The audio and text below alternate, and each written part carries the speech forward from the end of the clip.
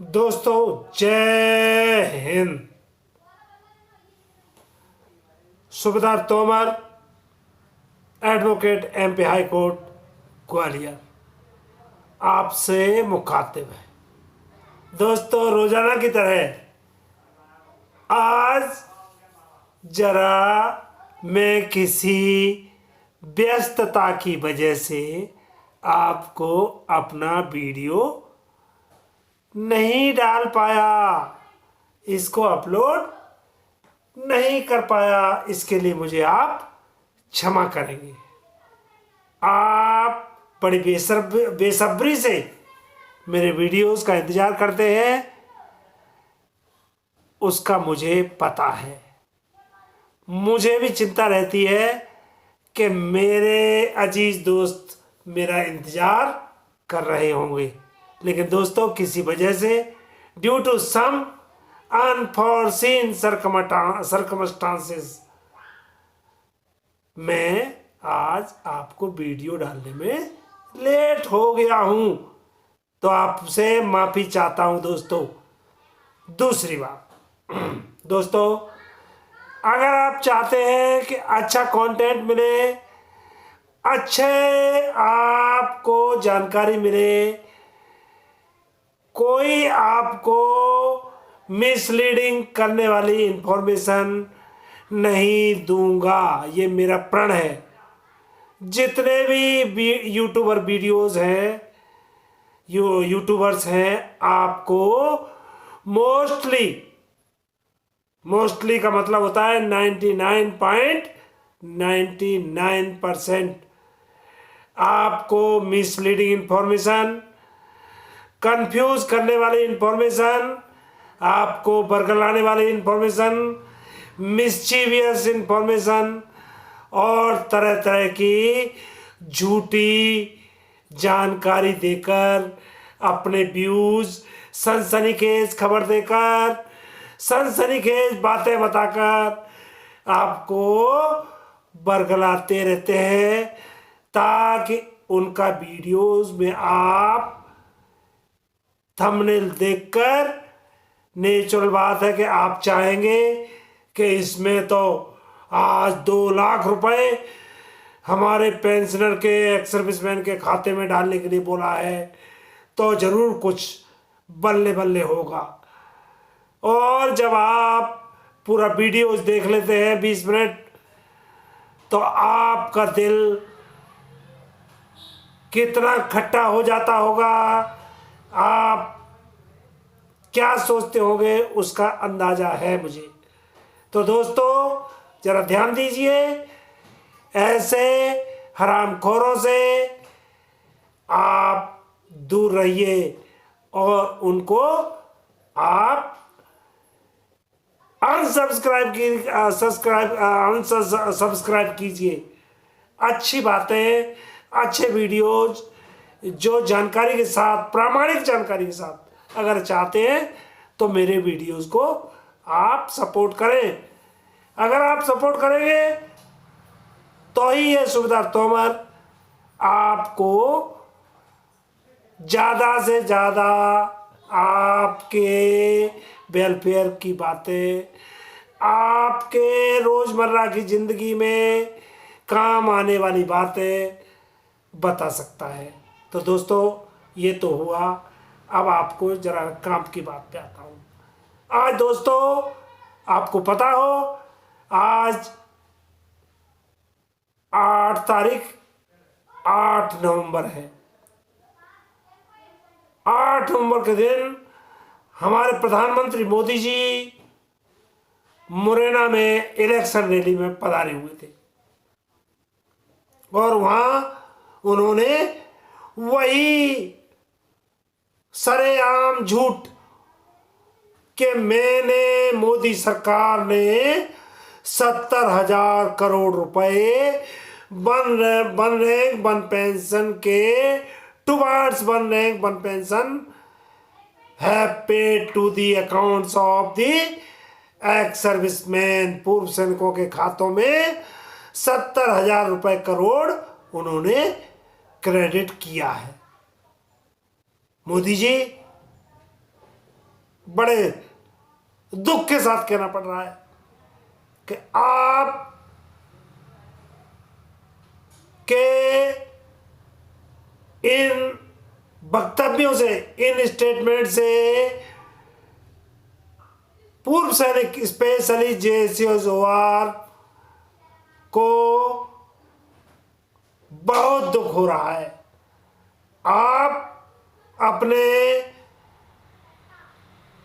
आपने किसको 70,000 रुपए करोड़ किसके खाते में पेमेंट किया है?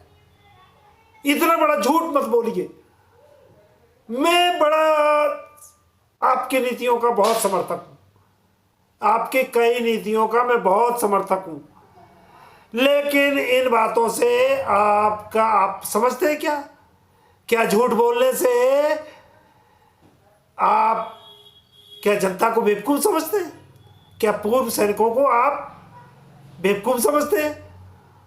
वो बेशक बॉर्डर पे उन्होंने ड्यूटी दिया है, बेशक उन्होंने मोर्चों के अंदर सारी सिविलियंस लाइफ से अलग होके वो उन्होंने ड्यूटी की है, but they know each and everything, they know more than any other person of civil life, because जो पूर्व सैनिक होता है या पूर्व सैनिक बनता है उसके बाद he is a complete man, he knows what is happening around the world, he knows what is happening in the society, he knows what is right and what is wrong.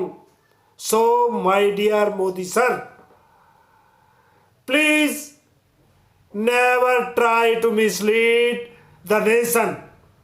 आपसे हाथ जोड़ के विनती है कि देश को, विशेषकर पूर्व सैनिकों को आप मिसलीड मत करें, मिसचीवियस इंफॉर्मेशन और कंफ्यूजिंग बातें बोलकर आप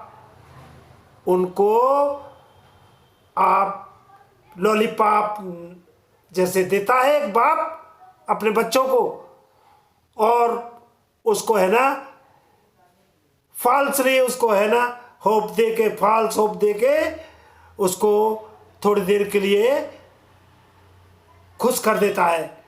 तो मोदी जी आपसे निवेदन है कि आप प्लीज आप इन फार्स जुमलेबाजी और आंकड़ेबाजी और पैतरेबाजी और आपको मैं क्या बताऊं, इन चीजों से बाज आ जाएं। आपका ये समर्थक आपको, आपका शुभचिंतक आपको सलाह देता है, ये पूर्व सैनिक के मोदी जी, अगर आप वन रैंक वन पेंशन को in true letter and spirit parliament में जो इस्टेब्लिश्ड डेफिनेशन के साथ जिसको मंजूर किया गया था उसको आप इम्प्लीमेंट नहीं कर सकते हैं due to any reasons, due to any constraints, due to any limitations, whatever it may be, you please come to on tomorrow on TV, on national TV पे बैठकर आप देश के साथ पूर्व सैनिकों से हाथ जोड़कर बोलिए कि दोस्तों वन रैंक वन पेंशन आपका हक है और आप उसके लिए पूरी तरह से आप उसके पाने के लिए आप उसके पात्र हैं, लेकिन किसी कारणों से राष्ट्र की किसी दूसरी रीजन्स की वजह से मैं वन रैंक वन पेंशन पूर्व सैनिकों को उसके सही रूप में देने के लिए बाध्य हूं, अर्थात मैं उसे नहीं दे सकता हूं। पूर्व सैनिक आपको उफ नहीं करेंगे और आपको एक झटके के साथ आपको माफ कर देंगे। इसलिए मेरे मोदी सर, मोदी साहब, प्रधानमंत्री साहब, आप कृपया जरा अपने चांडाल चौकड़ी की जो बताए हुए एडवाइस से को जरा रिविजिट कीजिए। इस सुबेदार तोमर के आप जो मैंने आपको सुझाव दे रहा हूं, इसको सुनकर अगर आपके पीएमओ में या अगर आपके पास तक ये बात पहुंचे, या मेरा किसी से भी अनुरोध है, राष्ट्र के जो भी हूज हू है जो मोदी तक मेरी बात पहुंचा सकते हैं, कृपया इस बात को पहुंचाइए कि आप मेरे सुझाव को मानिए। या तो भूतपूर्व सैनिकों को उनका जो हक है, उनकी साथ जो अत्याचार, अमानवीय व्यवहार, अछूतों जैसा व्यवहार, अन्याय, भेदभाव जो भी हो रहा है या हुआ है, उसको दूर करिए। One rank one pension, disability pension, ECHS की समस्याएं, इन सब को आप इस पर रिविजिट कीजिए।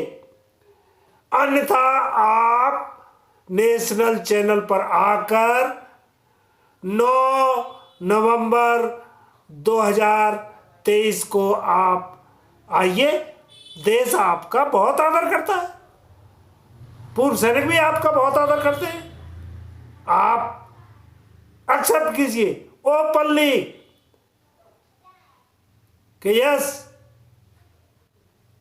हम आपको वन रैंक वन पेंशन जिस नियम के अनुसार ये बनाई गई थी उसके हिसाब से आपको हम पेंशन उसके हिसाब से नहीं दे सकते। पूर्व सैनिक आपको बड़े ही प्यार से, बड़े ही तरीके से आपको इसमें माफ करने को तैयार है। अदरवाइज आप देखिए, आप ये दिन प्रतिदिन जो पूर्व सैनिक, उनके परिवार, उनके रिश्तेदार और उनका बहुत बड़ा समूह है जो कि एक बहुत बड़ा वोटर्स, बहुत बड़ी तादाद है जिसकी तादाद करोड़ों में हो जाती है। आप क्या सोचते हैं, इतना वोटर जब आपको बीजेपी को आपके खिलाफ जाएगा तो आपको कोई फर्क नहीं पड़ेगा? आप सोचते होंगे कि इनसे क्या फर्क पड़ता है। लेकिन Modi ji please be careful. आपको असंतोष बढ़ता जा रहा है, पूर्व सैनिकों का असंतोष। आपको, ये डिसिप्लिन फोर्स वाले आदमी हैं, ये बड़े ही कर्मठ लोग हैं, इन्होंने सारी जिंदगी अपनी जान के आगे देश की रक्षा की है।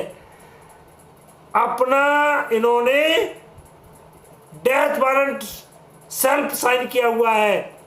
ऐसी कोई सर्विस है सिविल में, ऐसी कोई इंडिया में सर्विस हो जिसमें व्यक्ति यह साइन करता हो कि मैं अपनी मौत का पूरा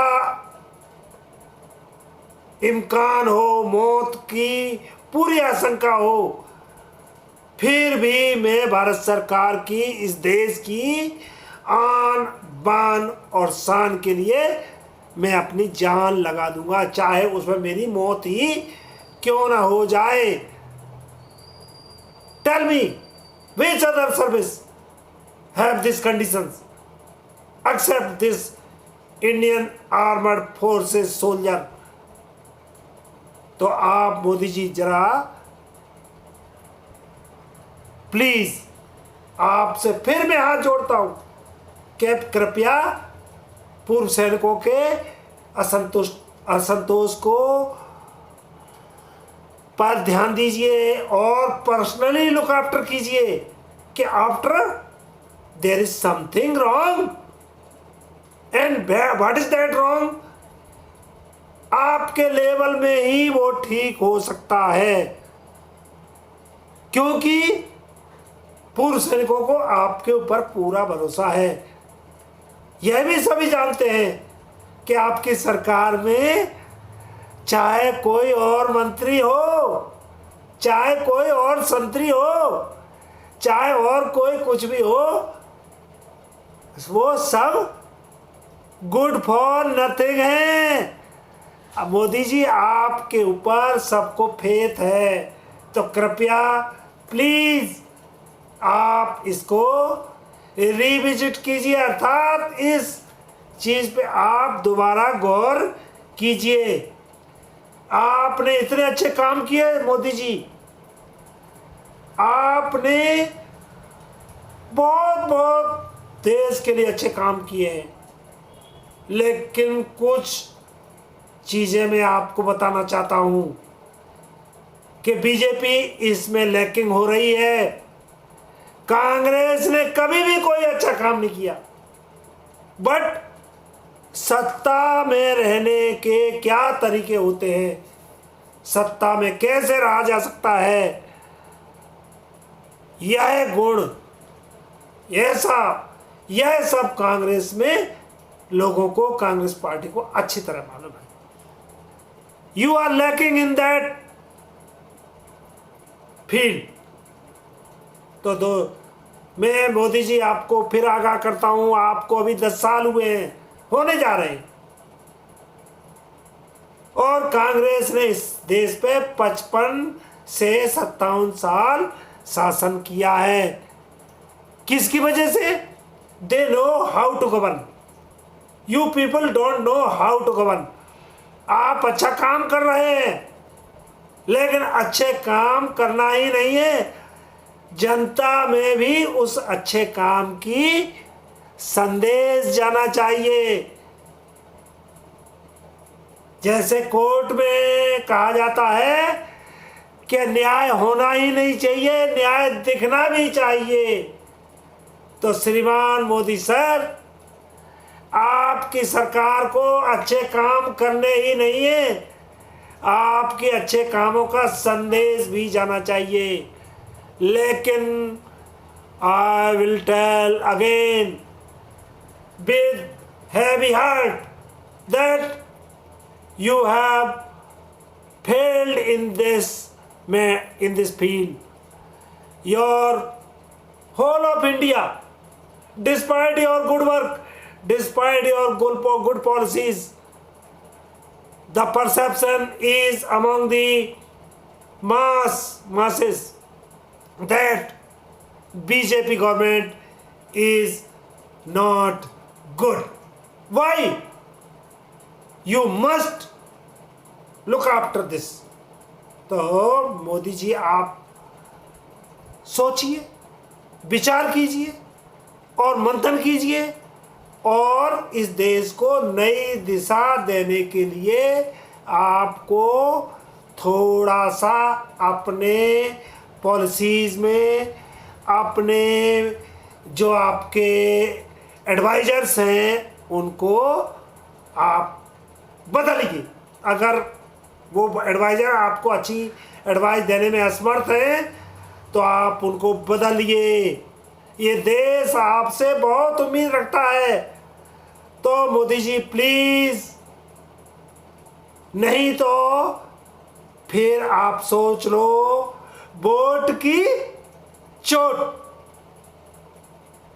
मैं इस जुमले पे पहले अपने ही सैनिक भाइयों को थोड़ा सा उनको बोलता था, लेकिन आज मैं बोलूँगा वोट की चोट। और 2024 में आपको वो दिखाई दे जाएगी।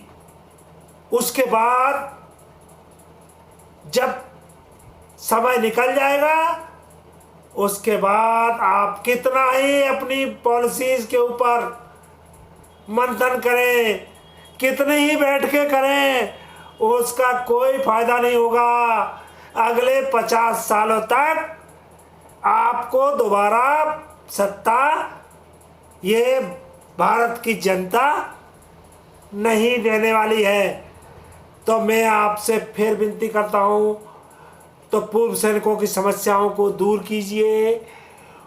उनकी फैमिलीज जो बड़ी बुरी हालत में जीवन यापन कर रही हैं, फैमिली पेंशनर बहुत बेचारे दयनीय स्थिति में,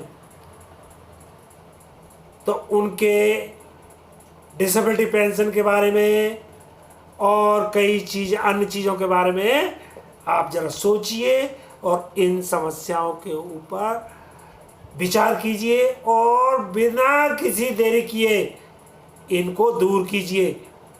आपका एक शुभचिंतक सूबेदार Tomar, advocate, MP high court, Gwalior. धन्यवाद।